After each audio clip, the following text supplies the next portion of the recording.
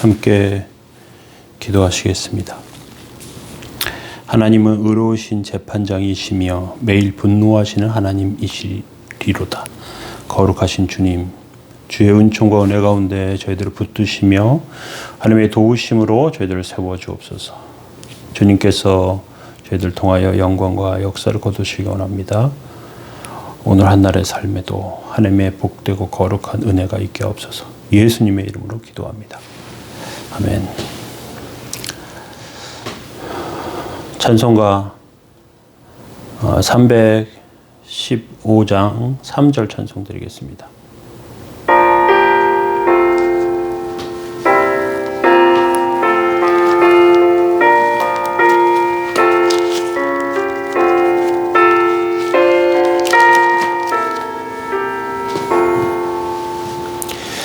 내 평생에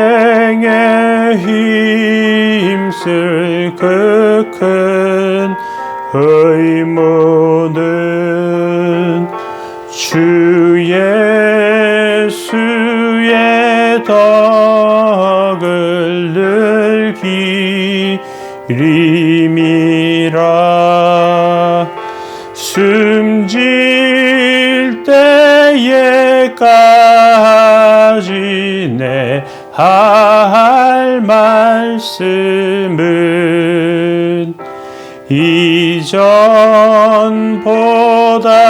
더 사랑합니다. 네, 아멘. 시편 7편 보시겠습니다. 6절부터 17절까지입니다.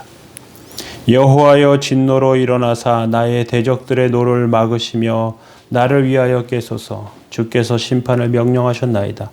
민족들의 모임이 주를 두르게 하시고 그 위 높은 자리에 돌아오소서. 여호와께서 만민에게 심판을 행하시오니 여호와여, 나의 의와 나의 성실함을 따라 나를 심판하소서. 악인의 악을 끊고 의인을 세우소서. 의로우신 하나님이 사람의 마음과 양심을 감찰하시나이다. 나의 방패는 마음이 정직한 자를 구원하시는 하나님께 있도다. 하나님은 의로우신 재판장이시며 매일 분노하시는 하나님이시리로다. 사람이 회개하지 아니하면 그가 그의 칼을 가시며 그의 활을 이미 당겨 예비하셨도다. 죽일 도구를 또한 예비하시며 그가 만든 화살은 불화살들이로다.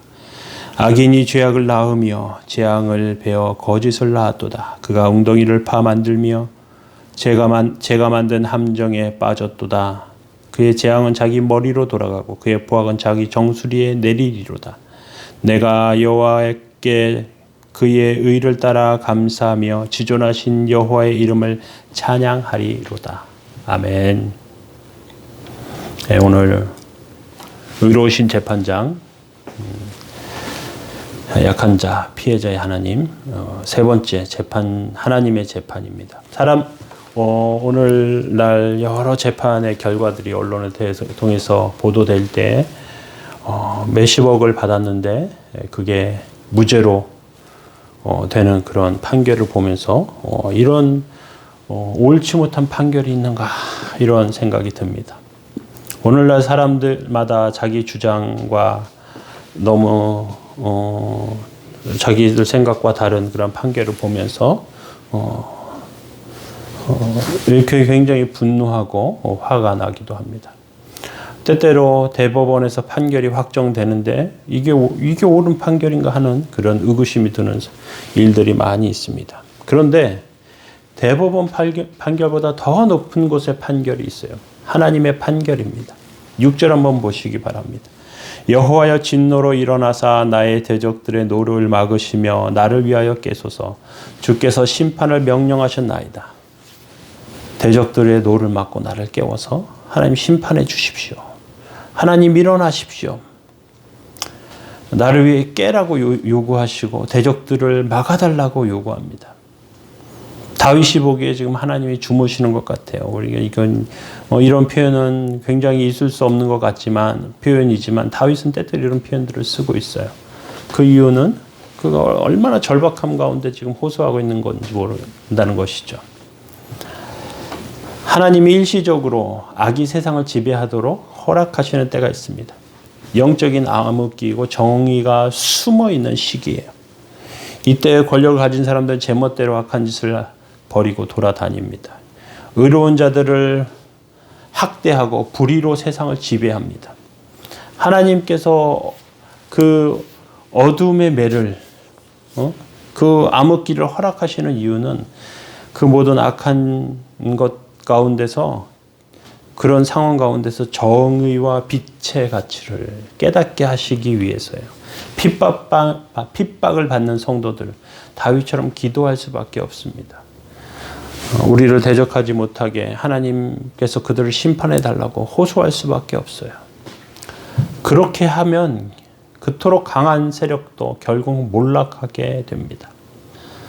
전쟁이 나서 사라지기도 하고 재판받아 권력을 잃기도 하고요. 그리고 군사정권도 무너뜨리셨습니다. 7절과 8절 보시면 민족들이 모임이 주를 두르게 하시고 그 위 높은 자리에 돌아오소서. 여호와께서 만민에게 심판 행하시며 여호와여 나의 의와 나의 성실함을 따라 나를 심판하소서.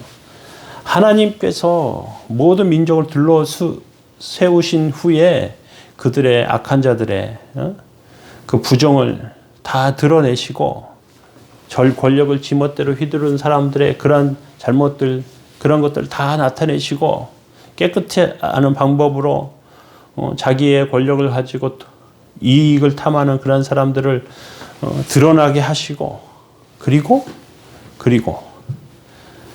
나의 성실함을 따라 나를 심판하소서. 하나님 나도 심판받겠습니다가 아니고 내가 성실하게 행했습니다. 나는 잘못하지 않았습니다. 하나님께 호소하고 있는 거예요. 그리고 6절에 악인의 악을 끊고 의인을 세우소서. 의로우신 하나님이 사람의 마음과 양심을 감찰하십니다. 의로운 자들을 세워 나라를 다스리게 해달라고 요청하고 있습니다. 조금 바른 사람이라면 이런 일 생기지 않았을 텐데 지금 생기고 있단 말이죠.